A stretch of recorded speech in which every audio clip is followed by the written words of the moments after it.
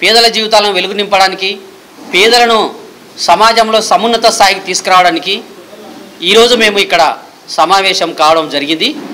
మా ఆదినాయకురాలు బెహన్ కుమారి మాయావతి గారిని ఈ దేశ ప్రధానమంత్రి చేయడమే లక్ష్యంగా మేమందరం కూడా ఇక్కడ సమావేశమైనాము. ప్రతి ఒక్క కార్యకర్త కూడా ఈరోజు దేశంలో జరుగుతున్నటువంటి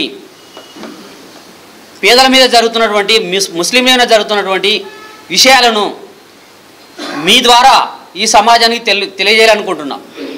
ఏమైందంటే భారతదేశంలో ఒకటే పార్టీ 2 సార్లు గెలవడం వల్ల దేశం మొత్తాన్ని అయోమయానికి గురి చేస్తున్నారు.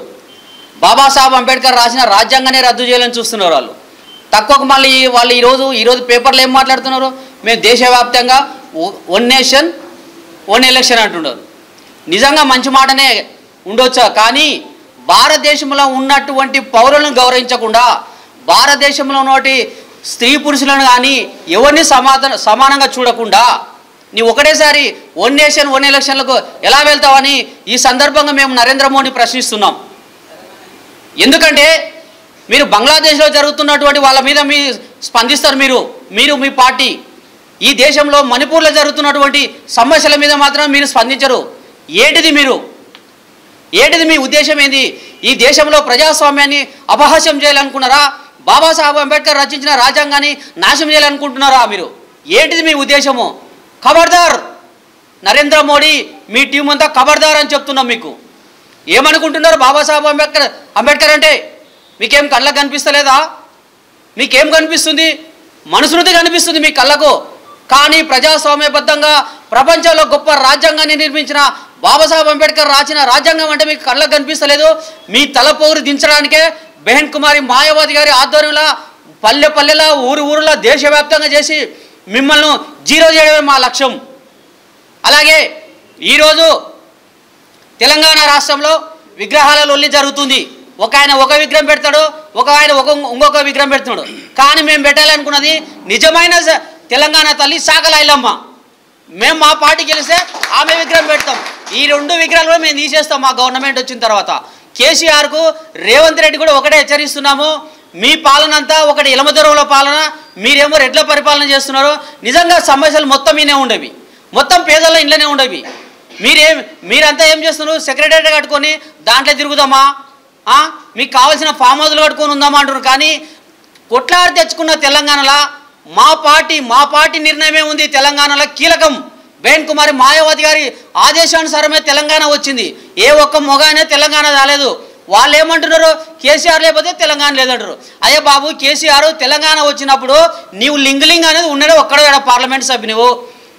నీ తరపున ఉన్న విజయశాంతి, నీ బిడ్డ పోరుపడలేక ఆమె కాంగ్రెస్లోకి పోయింది. ఇంకా నీ ముఖం చూసి ఒక్కరికే తెలంగాణ ఇచ్చిండ్రా?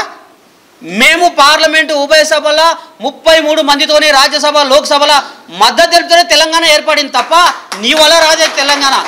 మిత్రులారా, ఎందుకంటే ఇచ్చిన తెలంగాణలో నష్టపోతున్నది బహుజన సమాజం. బహుజన సమాజాన్ని మేము డెవలప్ చేసుకొని ఈ రాష్ట్రాన్ని మేము వెళ్ళి నిజమైన పేదలకు న్యాయం చేసే విధంగా బెహన్ కుమారి మాయావతి గారి నాయకత్వాన మేము ప్రయత్నం చేస్తామని తెలియజేస్తూ, ఈరోజు తెలంగాణ రాష్ట్రంలో టీఆర్ఎస్ పాలన పోయిన తర్వాత కాంగ్రెస్ అధికారంలోకి వచ్చింది. మేము అడుగుతా ఉన్నాం, ఈరోజు హైడ్రా పేరు మీద తెలంగాణ రాష్ట్రంలో ఎన్నో ఇండ్లు కూల్చివేసినావు, దాని వెనుక ఉన్నటువంటి మతలబ్ ఏంటిది? మరి ఈరోజు కేంద్రంలో పరిపాలన చేస్తున్నటువంటి బీజేపీ, నువ్వు ఎన్నికల ముందు 380 సీట్లు ఇస్తే రాజ్యాంగం మారుస్తున్నావు. ప్రజలు నిన్ను ఓడగొట్టినరు. ప్రతిపక్షంతో నువ్వు ఈరోజు అధికారంలో ఉన్నావు. మేము ఒకటే చెప్తున్నాం మిత్రులారా, ఈరోజు పేద ప్రజలను మోసం చేస్తున్నటువంటి పార్టీలు కాంగ్రెస్ బీజేపీలు, వాళ్ళిద్దరివి ఒకటే, వాళ్ళిద్దరి సిద్ధాంతాలు ఒకటే. ఒక రాజ్యాంగం మారుస్తుంటే ఈయన కాంగ్రెస్ వాళ్ళు సైలెంట్గా ఉంటారు, ఎందుకంటే మారిస్తే వాళ్ళ కొడుక మంచిదే అన్నట్లుగా. బీజేపీ వాడు చెప్తున్నాడు, మేము డైరెక్ట్ మాకు మెజార్టీ ఇస్తే మారుస్తామని. ఇది మీ తరం కాదని చెప్పి బహుజన్ సమాజ్ పార్టీ సోదరి కుమారి మాయావతి గారు డిమాండ్ చేస్తూ ఉంది. రాజ్యాంగం అంటే ఆశమాయిషి జోలి కాదు. కాబట్టి బహుజనులకు అధికారం కొరకు, బహుజనులకు అన్ని కులాలకు అన్ని కులాలకు అధికారం కొరకు బహుజన్ సమాజ్ పార్టీ పనిచేస్తూ ఉంది. ప్రతి నియోజకవర్గంలో ప్రతి ఉమ్మడి జిల్లాలో మీటింగులు పెడుతూ బహుజన ఉద్యమాన్ని నడుపుతూ ముందుకు తీసుకెళ్లడం కొరకు బహుజన్ సమాజ్ పార్టీ నడుపుతామని చెప్పి తెలియజేస్తూ ముగిస్తున్న. జై భీమ్, జై